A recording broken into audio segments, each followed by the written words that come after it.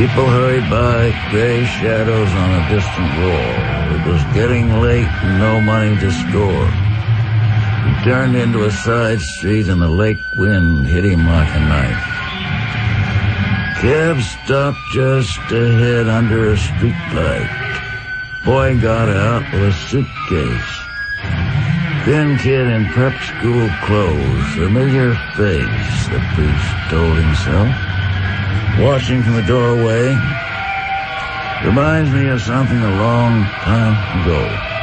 The boy there with his overcoat unbuttoned, reaching into his pants pocket for the cab chair. The cab drove away and turned the corner. The boy went inside a building. Yes, maybe. The suitcase was there in the doorway. The boy nowhere in sight. Gone to get the keys, most likely. Have to move fast. He picked up the suitcase and started for the corner. Made it, glanced down at the case. Didn't look like the case the boy had or any boy would have. Priest couldn't put his finger on what was so old about the case. Old and dirty, poor quality leather, and heavy. Better see what's inside. He turned into Lincoln Park, found an empty place, and opened the case.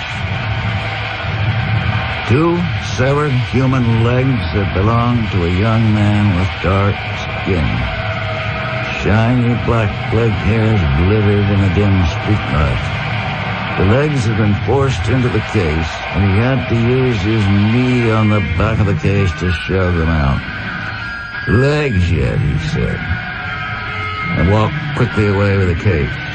Might bring a few dollars to score.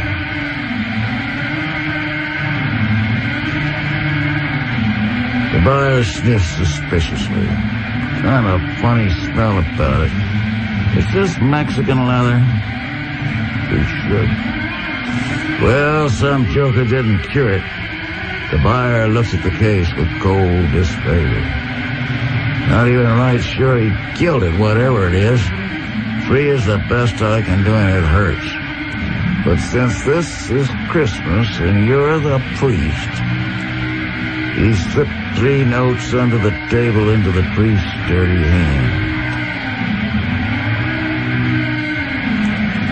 Priest faded into the street shadows, seedy and furtive. 3 cents didn't buy a bag, nothing less than a nickel. Say, remember that old Auntie Coker told me not to come back unless I paid him the 3 cents I owe? Isn't that a fruit for you? Blow his stack about 3 lousy cents. The doctor was not pleased to see him. Now, what do you want? I told you. The priest laid 3 bills on the table. The doctor put the money in his pocket and started to scream. I've had trouble. People have been around. I may lose my license. The priest just sat there, eyes old and heavy with years of jug on the doctor's face. I can't write you a prescription. The doctor jerked open a drawer and slid an ampule across the table. That's all I have in the office. The doctor stood up. Take it and get out! He screamed, hysterical. The priest's expression did not change. The doctor added in quieter tones, after all, I'm a professional man, and I shouldn't be bothered by people like you. Is that all you have for me? 1 lousy quarter G? Couldn't you lend me a nickel? Get out, get out! I'll call the police, I tell you. All right, doctor, I'm going.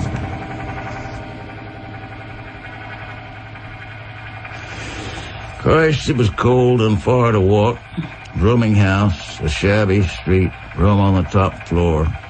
These stairs off, the priest there pulling himself up along the banister. He went into the bathroom. Yellow wall panels, toilet dripping, and got his works from under the wash basin. Wrapped in brown paper, back to his room, get every drop in the dropper. He rolled up his sleeve. Then he heard a groan from next door, room 18. A Mexican kid lived there.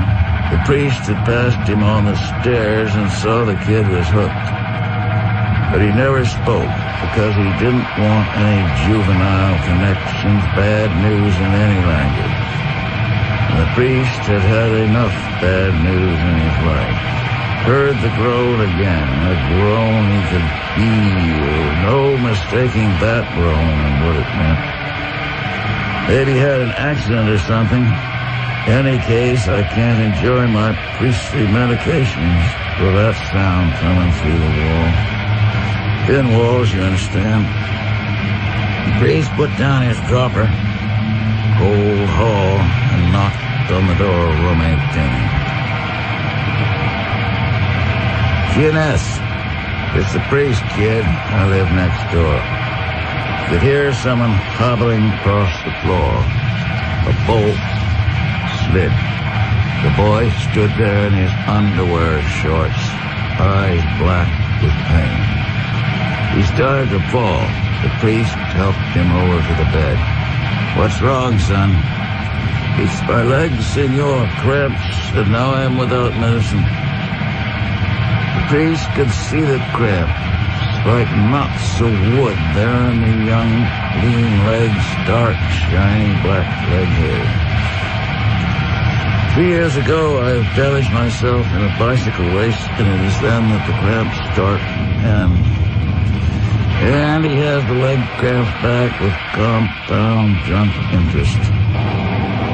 The old priest stood there, feeling the boy groan. He inclined his head as if in prayer, went back and got his dropper.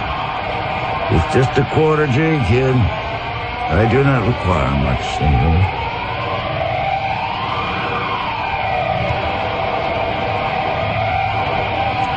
The boy was sleeping when the priest left room 18. He went back to his room and sat down on the bed. Then it hit him like heavy, silent snow. All the gray junk yesterdays. He sat there and received the immaculate fix. And since he was himself a priest, there was no need to call one.